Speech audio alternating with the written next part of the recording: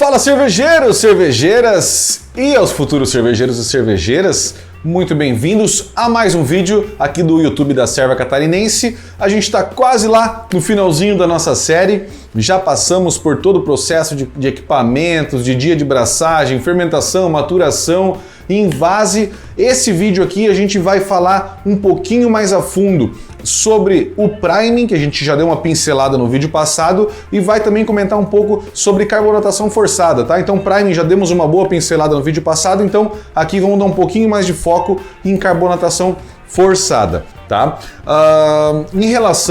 Voltando em relação ao priming, antes da gente fazer de fato o enchimento, né? A gente precisa tomar bastante cuidado com essa questão do priming pela quantidade de açúcar, tá? Tem muita gente que fala aí que usa aqueles sachêzinhos de açúcar que vem em cafeteria e tal, mas usa um daquele para uma garrafa de 600 ml como essa aqui, mas esse não é a fórmula correta de calcular priming, tá? Um pacotinho daquele tem 5 gramas de açúcar e é muito açúcar para uma garrafa dessa. Então o normal é que a gente use aí para cervejas, para a grande maioria das cervejas, de 5 a 7 gramas por litro de cerveja, tá? Então, para quem for usar, fazer o enchimento direto em garrafa, botar o açúcar direto nas garrafas aqui, tem que tomar esse cuidado de fazer o cálculo certinho, usar uma balança de precisão para conseguir pesar isso, tá? Aquelas balanças maiores, elas não conseguem pesar essa quantidade tão pequena aí, aqui vai precisar às vezes 3, 4 gramas no máximo, então tem que tomar cuidado nesse ponto de usar uma balança que consiga pesar com precisão, tá? Uma outra maneira de fazer esse priming é fazer o priming direto no balde, num outro balde no caso, né? Por exemplo, eu terminei de fermentar minha cerveja nesse balde aqui, minha cerveja está pronta aqui. Aí quando a gente vai fazer o priming, a gente calcula, eu tenho 20 litros de cerveja nesse balde, então eu vou precisar de 20 litros vezes 6 gramas por litro, eu vou precisar de 120 gramas de açúcar, por exemplo. Então eu pego essas 120 gramas de açúcar, a gente faz uma calda, né? Usa uns 200 ml, 240 ml mais ou menos de água para diluir esse açúcar, e aí a gente passa a cerveja pronta para um outro balde junto com essa calda de açúcar para homogeneizar bem, né? Então a gente precisa daquela cerveja junto com essa calda e aí sim a gente faz o invase. Tá? Essa é uma maneira boa eu gostava bastante de fazer dessa maneira quando usava priming, porque a gente homogeneiza bem, né, a calda do priming junto com a cerveja e não precisa ficar pesando garrafa por garrafa o açúcar, tá? Mas cada um tem o seu jeito, tem algumas pessoas que fazem essa calda e dosam também com uma seringa dentro de cada garrafa, também uma maneira boa, mas tem que tomar bastante cuidado com diluição. Não vamos entrar a fundo aqui também com técnicas de cálculo, de priming e tal, mas é para trazer mais para vocês essas maneiras de como é que são feitas, tá? Mas a mais comum, que o pessoal usa bastante mesmo, é fazendo essa calda completa, vê quantos litros de cerveja tem, calcula a quantidade de açúcar, pega o número de litros vezes 6, por exemplo, é um número que eu gosto bastante de usar, aí faz essa calda, mistura com o líquido num outro balde, ou pode ser numa panela, e aí sim faz o invase para as garrafas, tá? Eu gosto bastante dessa maneira. Então, sobre priming, galera, só reforçando, né, aqueles cuidados que a gente tem que ter aí com quantidade de açúcar, principalmente, não caiam no conto do vigário de que pode usar um sachêzinho de 5 gramas por garrafa que vocês provavelmente vão ter problema de supercarbonatação, a cerveja vai ficar fora do estilo, pode dar gushing, que é aquele não para de sair espuma da garrafa, enfim, façam da maneira correta, que é fazer o cálculo certinho, né? Aí 6 gramas por litro, como eu falei para vocês, é um número bem legal para se trabalhar. Alguns estilos, como a Weiss, por exemplo, aceitam e pedem uma carbonatação um pouco mais alta. A própria Belgian Saison também cai bem, Catarina Sour, uma carbonatação alta também fica bem legal, porque deixa um pouco mais refrescante. Estilos ingleses pedem uma carbonatação um pouco mais baixa, então pode trabalhar aí com 4 a 5 gramas por litro, que já fica bem legal também. Tá? Então esses são aqueles cuidados que precisam ser tomados, né, dentro do priming.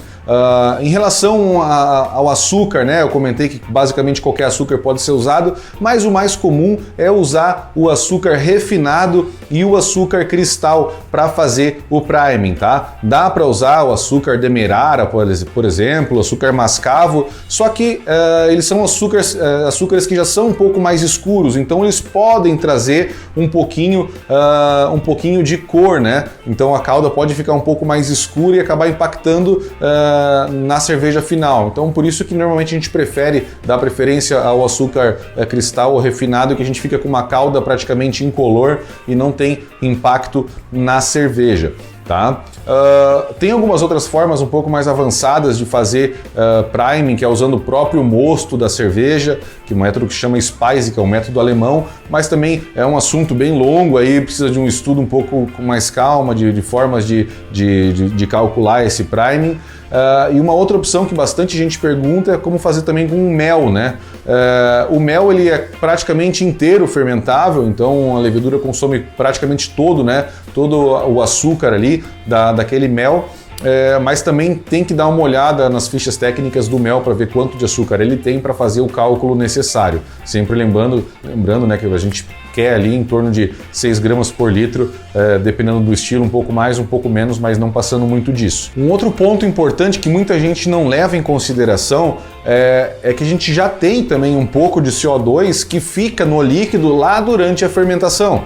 Tá? A gente usa, né, o airlock ou o blow-off durante a fermentação para que o CO2 saia, mas um pouco daquele CO2 ele já fica retido no líquido. Então, por mais que a gente tire uma amostra lá no final da fermentação, se tu perceber bem, ele já parece que não tem, mas ele já tem um pouco de CO2 ali. Então, existem algumas calculadoras, para quem quiser entrar mais a fundo aí, no site Brewer's Friend, vou deixar uma telinha para vocês verem aqui, mas existe uma calculadora que já leva em consideração o quanto de CO2 a gente tem incorporado no líquido depois da fermentação, tá? Então, usando esse cálculo da maneira correta, a gente consegue fazer uma carbonatação bem certinha dentro de cada estilo, tá? Então, também vou botar para vocês aqui uma telinha em relação a quanto de CO2 os estilos normalmente, historicamente, utilizavam, né? Para vocês terem uma ideia aí que nem todas as cervejas têm a carbonatação igual, né? Cada uma tem seu estilo e a gente consegue apreciar, eu pelo menos adoro apreciar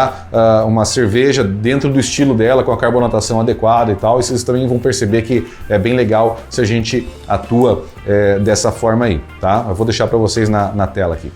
Uma outra dúvida muito, muito comum para a galera que está começando a fazer priming: quanto tempo demora o priming? A ansiedade eu sei que bate na porta nesse começo. Tem muita gente que quer abrir invasou a cerveja e quer abrir com 2, 3 dias, mas não vai resolver nada, tá, galera? Com 2, 3 dias praticamente a gente não tem refermentação, a gente está no processo ali de refermentação, mas eu recomendo sempre em torno pelo menos 10 dias para abrir a sua primeira cerveja ali. Porque antes disso ela pode ter um pouco de gás já, principalmente se for uma região muito quente, isso acelera o processo, né? Então o priming está ligado diretamente aí com a temperatura onde ela vai ficar armazenada, onde a cerveja vai refermentar, mas também ela está ligado também com a quantidade de levedura que tu está levando para dentro da garrafa, tá? Então se tu fez um bom cold crash, tá levando uma cerveja o mais limpa possível, que isso é o ideal para quando a gente quer fazer cerveja com priming, tenta sempre levar a cerveja mais limpa possível, porque daí a gente vai ter menos resíduo dentro da garrafa, tá? Então assim, se tu leva mais levedura para dentro da garrafa, tu pode ter um priming um pouco mais rápido, mas em compensação tu vai ter uma cerveja muito mais suja no final da refermentação, né? Vai ter muito mais resíduo. Então é melhor a gente esperar ter um pouquinho, levar uma cerveja mais limpa para a garrafa, mas e esperar um pouquinho, uns 5 dias a mais, aí não vai matar ninguém,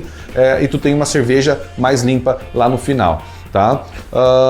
Então basicamente é isso aí, galera. Em torno de 10 dias eu recomendo esperar para começar a experimentar. Em torno de 15 dias no máximo, aí ela tá bem arredondada já, porque ela precisa refermentar dentro da garrafa, a levedura vai consumir esse açúcar do priming, né? Vai criar o CO2 precisa reincorporar no líquido, vai criar o gás carbônico, então tem todo um processo aí que demora um tempinho, demora uns dias, então, de novo, né? Aquela paciência do cervejeiro, ela é benéfica nesse ponto do priming principalmente, tá? Sei que às vezes a ansiedade vem, bate na porta, tu quer abrir antes aí, mas não tenta começar a abrir com 5, 6, 7 dias, que aí tu tá desperdiçando basicamente a tua cerveja e sem ela estar ainda 100% pronta, tá? Aguenta um pouquinho esse coração aí, deixa para mais uns diazinhos para tomar ela do jeito que tem que ser, tá? Depois do priming concluído aí, 10 dias, tu abriu a cerveja, pô, tu acha que tá legal, a fermentação tá bacana, a espuma tá legal,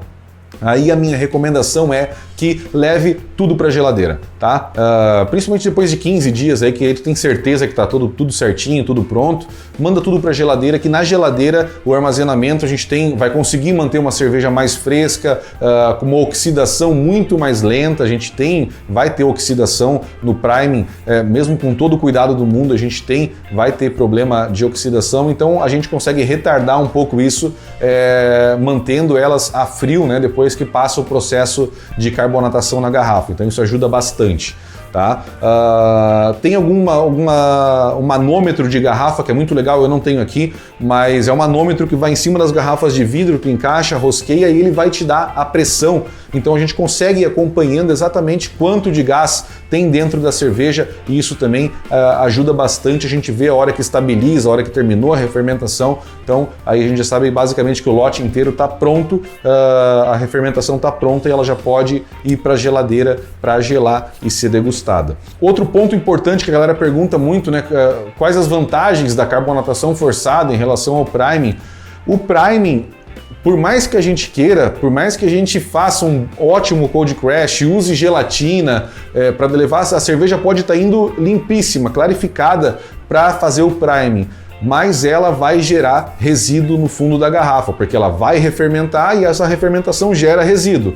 É a própria levedura, né? Ela se multiplica de novo para consumir aquele açúcar da garrafa e depois de que ela terminar essa atividade, ela vai para o fundo da garrafa. Então sempre vai ter resíduo no fundo de garrafa com priming. E na carbonatação forçada não, a gente não tem refermentação, então a gente não tem resíduo. Essa é a principal vantagem, né? Isso é muito bom. Mas também a gente tem outras vantagens da carbonatação forçada, como a gente não precisa da cerveja quente, né? Ela não precisa refermentar, então a gente tem muito mais frescor da cerveja, a gente não tem contato com oxigênio, então são vários aí os pontos benéficos de carbonatação forçada, né? De usar sistema de carbonatação forçada. E eu acho que de priming é basicamente isso que a gente tinha que falar, né? Já falamos sobre o tempo que precisa, de quantidade de açúcar, dos cuidados que tem que ter com sanitização, tudo mais. Equipamentos, já deu uma boa passeada no que precisa também.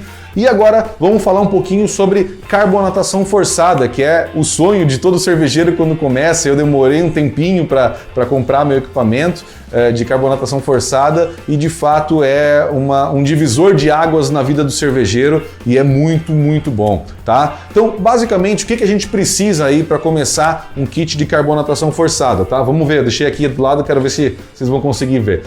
Um cilindro, tá um pouquinho mais longe aqui, mas é um cilindro de CO2, ele pode ser de aço, esse aqui é de aço, mas tem alguns cilindros que são de alumínio também, que são excelentes de trabalhar.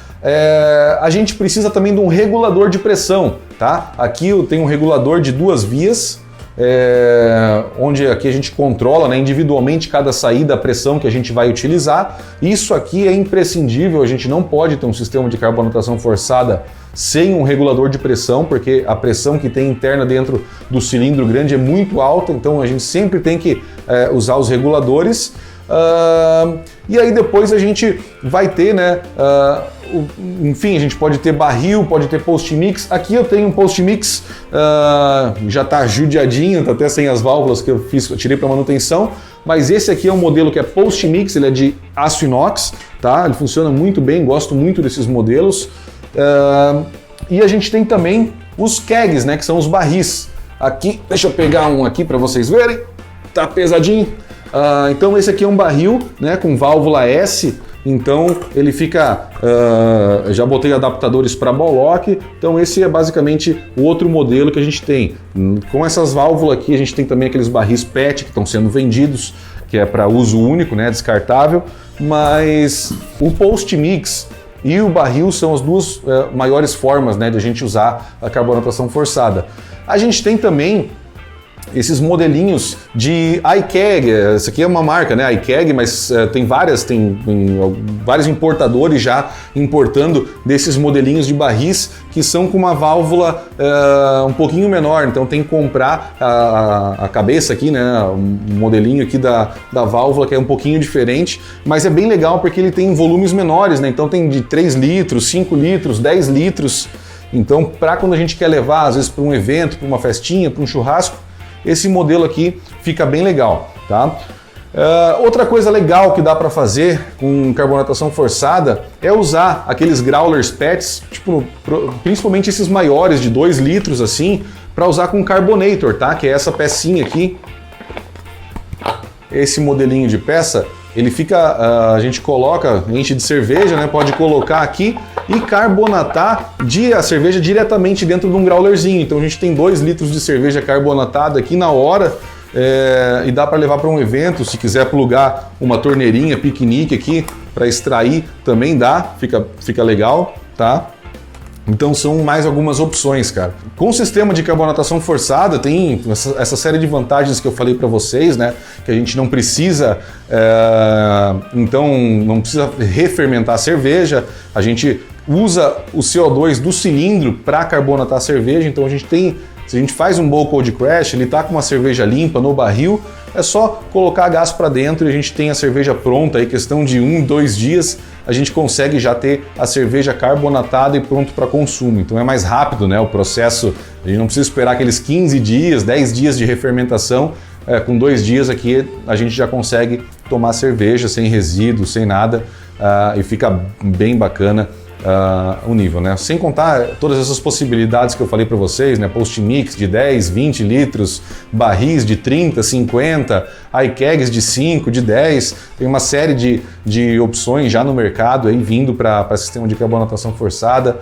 As transferências de líquido, né? A gente tem hoje fermentadores pressurizáveis que a gente pode transferir líquido de um para outro, carbonatar a cerveja direto no fermentador. Então são uma série de benefícios que a gente tem com a carbonatação forçada. Obviamente tem um custo, né? Não é tão barato quando a gente vai começar, mas se tu comprar um cilindro de CO2 ali, um carbonator, já é um bom começo. Daí depois compra um post mix ou compra um barril PET para começar, né? Novo de preferência, porque não dá para brincar com a parte de pressão. Até quero ressaltar aqui, a gente está falando sobre carbonatação forçada, essa parte de pressão é uma parte que é perigosa, tá, galera? Então não dá para vacilar com pressão não se brinca, então tenham certeza do que vocês estão fazendo, sempre dá uma olhada nos manômetros, nos reguladores de pressão para evitar ter problema e acidente.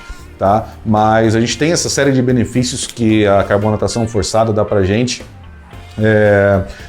Não vou aqui entrar a fundo, né, em termos de como é que a gente vai fazer todo o sistema de carbonatação forçada, a pressão e tal. Cada um tem seu estilo de carbonatação forçada, são vários os meios, carbonatação forçada lenta, rápida, chacoalhando, paradinho. Então a gente uma dessa traz isso num próximo vídeo, mas a ideia aqui mais era trazer para vocês, mostrar para vocês o que se precisa, né, para fazer um sistema de carbonatação forçada e trazer essas diferenças, né, os benefícios de um de outro. Mas vale muito a pena mesmo. Eu sei que no começo é bastante investimento, mas para quem já tem um dinheirinho separado para começar o hobby de repente com um pouquinho mais de grana, passar lá no Visa em 12 vezes, dá para arriscar que vale muito a pena, tá, galera?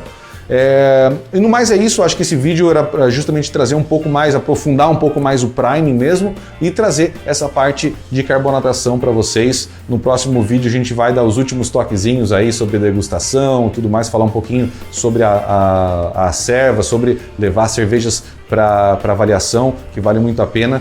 Mas é isso aí, espero que vocês tenham gostado, não esquece do like, de se inscrever e a gente se vê no próximo vídeo. Obrigado, galera!